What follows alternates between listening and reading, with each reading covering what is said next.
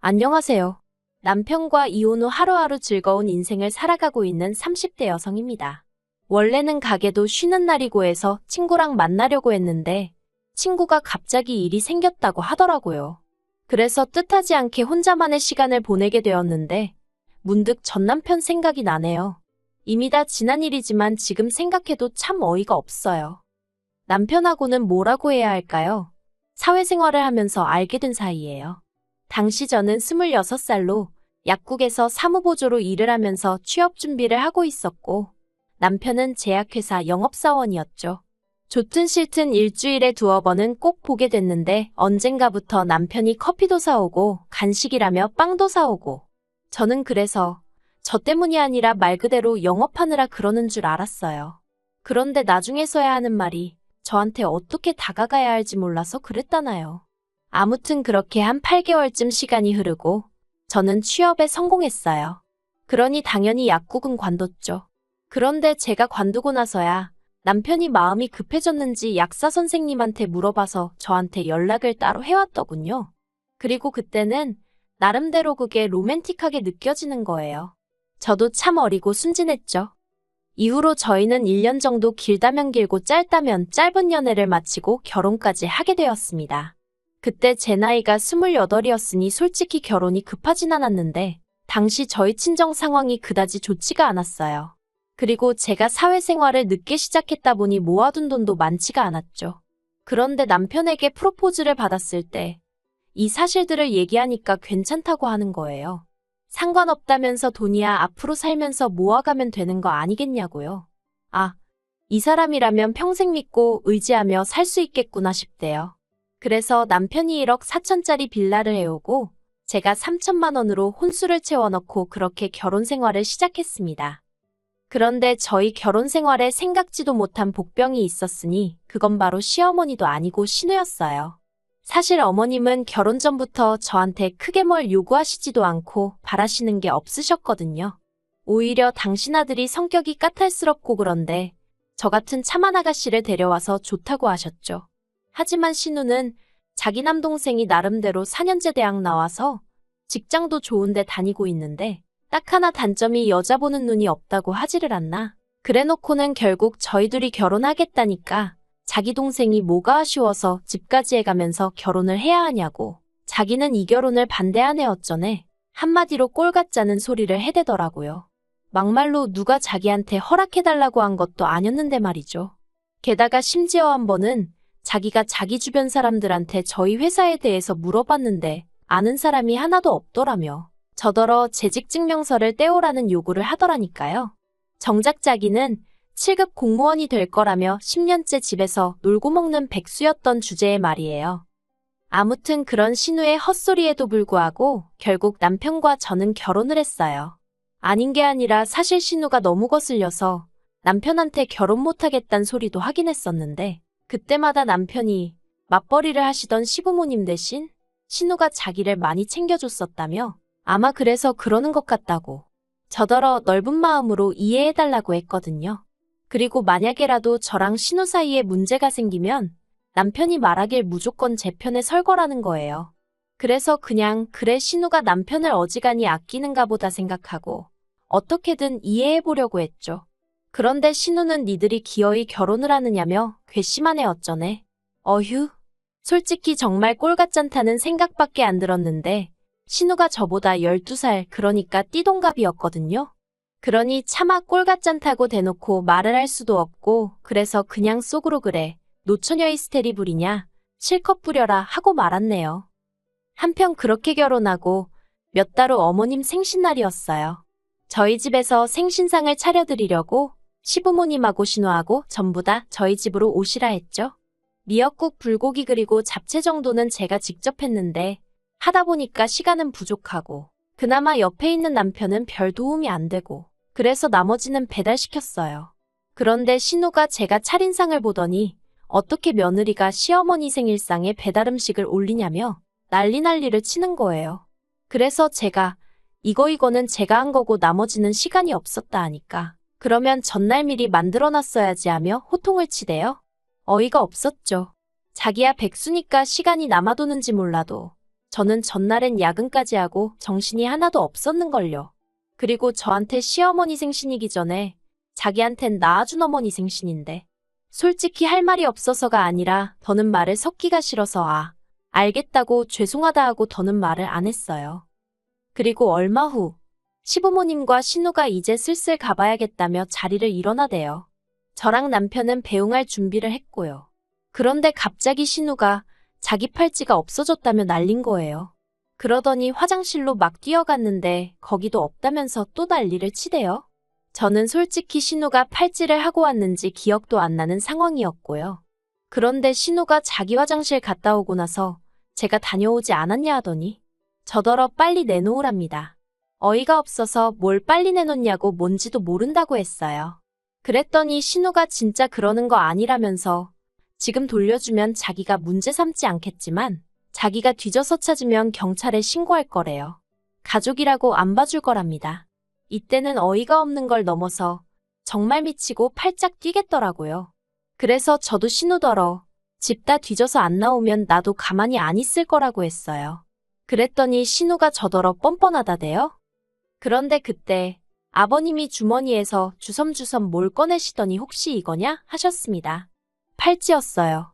아버님 말씀이 신우가 먼저 걸어가면서 떨어뜨리길래 이따 준다고 주우셔놓고 깜빡하셨다면서 그리고는 아버님이 신우더러 얼른 저한테 사과하라 하시니까 신우가 하는 말이 가관이었습니다. 저희 친정 형편이 어렵다고 했던 게 기억이 나서 순간 오해를 했다나요? 이건 또 무슨 개소린가 싶은 게 한마디로 제가 가난하니까 남의 물건에 손을 댔을 거라고 생각했다는 거잖아요. 그래서 신우더러 말 그따위로 하지 말라고 했어요. 그러자 여지껏 가만히 계시던 어머님이 아무리 그래도 신우가 윗사람인데 저더러 말을 함부로 한다며 저부터 먼저 신우한테 사과를 하라대요. 팔은 안으로 굽는다더니. 그래서 그 일로 제 딴에는 정말 잘해보려고 만든 자리였는데 신우하고는 물론이고 시부모님과도 사이가 틀어졌어요. 제 나름대로 시부모님은 그래도 경우도 있으시고 좋은 분들이라고 생각했기 때문에 실망이 더 컸죠. 그리고 이후로 시댁과는 대면대면한 사이를 유지하면서 지냈습니다. 명절이나 시부모님 생신 정도에만 찾아뵙고 신우 생일 같은 날은 남편 혼자만 보내고 그랬어요. 그러나 중에 딸아이를 낳으면서 일하랴 키우랴 생활이 바빠지기도 했고요. 또 달라진 게 있었다면 제가 다니던 회사를 관두고 친정아버지 식당 일을 돕게 되었네요. 앞서 제가 결혼 당시에 친정 형편이 좋지 않았다고 얘기했는데 그게 무슨 말이냐면 사실 아버지께서 작은 식당을 하셨는데 장사가 너무너무 안 됐어요. 친정아버지 딴에는 어떻게든 살려보신다고 사시는 아파트를 담보로 대출까지 받은 상황이라 정말 말도 아니었네요.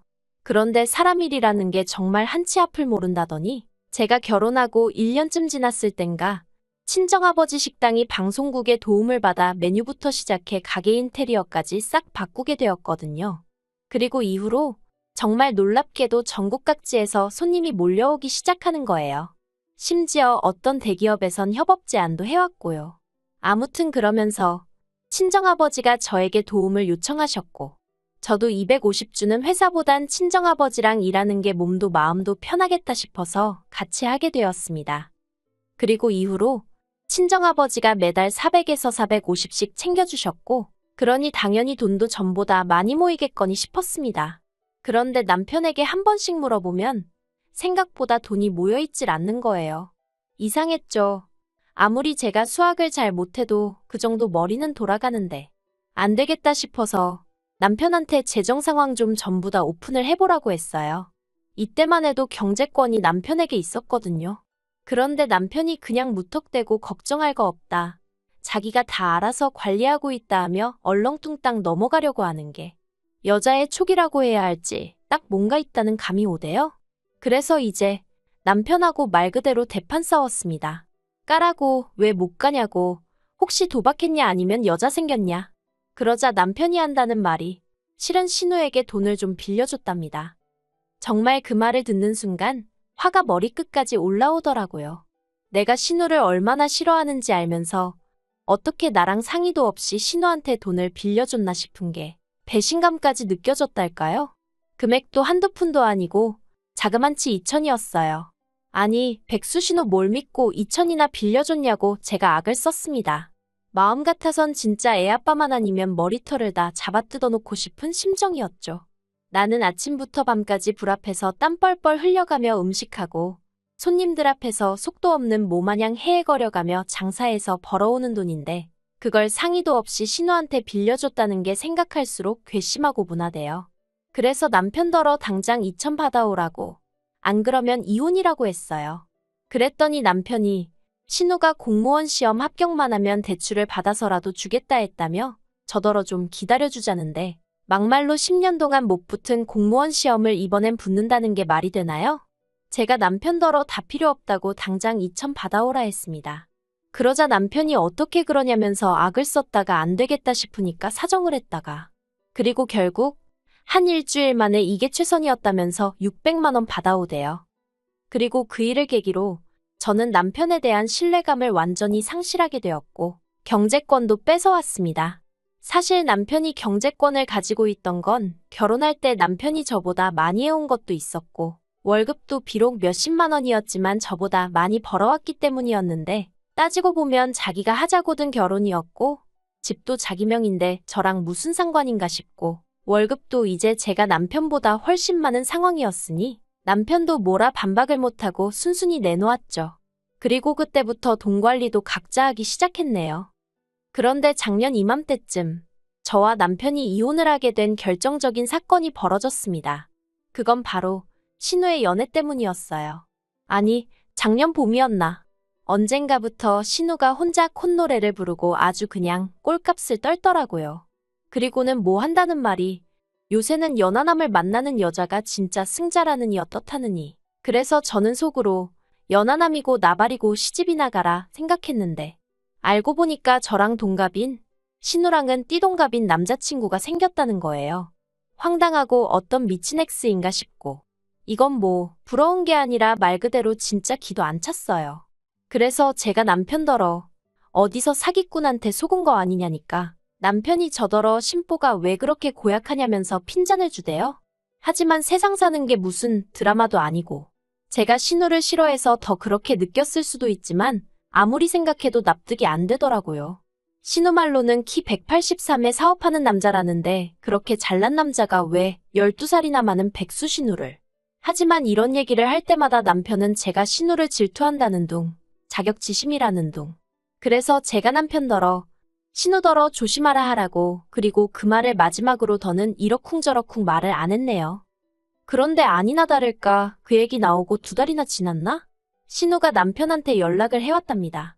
자기 남자친구 그러니까 신우가 사귄다는 연하남 사업자금에 뭐 문제가 생겨서 계좌가 동결이 됐다나 어쨌다나 하며 급하게 1억이 필요한데 그 돈을 좀 해달라고 하더래요. 그리고 멍청한 저희 남편이 그 말을 그대로 믿고는 저한테 빨리 1억 좀 만들어 달라는데 미쳤나 싶더라고요. 일단 1억이 있지도 않았고 아니 신우랑 결혼을 한 것도 아닌데 그걸 왜 우리가 도와주냐고 안 된다 했죠. 그랬더니 남편이 이번 일만 해결되면 둘이 결혼한다고 하더라며 자기 누나가 드디어 운명의 반쪽을 만났다고 저렇게 좋아하는데 어떻게 한 가족이 돼서는 모른 척하느냐고 우리가 도와주자며 계속 고집을 부리는 게 아니겠어요? 보다 못한 제가 냄새가 난다고 사기라고 무슨 사업체가 뭘 했길래 자금이 동결이 되고 1억 같은 소리 한다고 이러쿵저러쿵 설명하기도 귀찮았지만 구구절절 설명하며 안 된다고 했어요. 하지만 남편도 뭐에 눈이 돌아간 건지 갑자기 난데없이 자기는 결혼할 때 집 해왔는데 저더러 너는 뭐 해왔냐면서 그때 못 해온 거 지금 돈으로 달랍니다. 참나 무슨 이런 인간이 다 있나 싶대요. 그래서 그렇게 못하겠다니까 그럼 저희 친정부모님한테 자기가 직접 얘기를 해야겠다는 거예요. 그리고 그 소리까지 들으니 이 인간이 미쳐도 단단히 미쳤구나 싶은 게 그래서 제가 그렇게 하기만 해보라고 그랬다간 이혼이라니까. 저더러 툭하면 이혼 타령하는 거 지겹지도 않냐면서 빈정거리는 거예요. 이혼하면 여자만 손해라면서요. 아, 정말 안 되겠구나. 그래서 제가 정말 구제불능이구나 하고는 이혼하자 했습니다. 정말 내 손엔지 한 번 두고 보자고요. 그리고 신우한테 고맙다고 해야 할지. 신우는 자기 때문에 동생네 부부가 이혼 소리까지 나온 걸 알면서도 그저 빨리 돈 해달라는 소리만 해대고 그러니 남편도 마음이 급해졌는지 집 한다고 내놓고 이혼 조정 신청하고 작정하고 달려드니까 딱 3달 걸리대요. 그나마 그 빌라도 집이라고 쬐금 올라서 1억 6천엔가 팔았는데 제가 5천 갖고 나머지는 남편이 가져갔어요. 아이 양육비로 한 달에 50만 원씩 준다고 했는데 솔직히 그 돈 안 받고 애 안 보여주고 싶은 마음이었죠. 하지만 법이 그렇게는 안 된다니 어쩔 수 없이 한 달에 한 번씩 만나게 되었는데 이혼하고 처음 2~3번 만날 때는 허파에 바람이라도 든 사람 마냥 싱글이 되니까 여자가 꼬이네. 집 애영될 그 연하남이 조만간 사업이 정상화되면 한 자리 주기로 했네. 별 헛소리를 짓거리고 난리더군요. 그러면서 저더러 후회하지 이러면서 빈정거리고. 그런데 올해 초부터 볼 때마다 살이 쭉쭉 빠져있질 않나. 얼굴은 죽상을 하고 있고. 그러더니 급기야 2~5달 전에는 제 앞에서 무릎 꿇고 울대요. 자기 좀 살려달라나 어쩐다나. 그래서 제가 왜 그러냐니까 한다는 말이 그 연하남이 연락이 안 된다면서 사업장이라는 데도 찾아가 봤는데 그런 사람은 없다고 하고 미치겠다면서 심지어 투자를 하면 지분이 어떻고 해서 그 말에 혹해 회사까지 때려치고 퇴직금 고스란히 거기다 안겨줬답니다.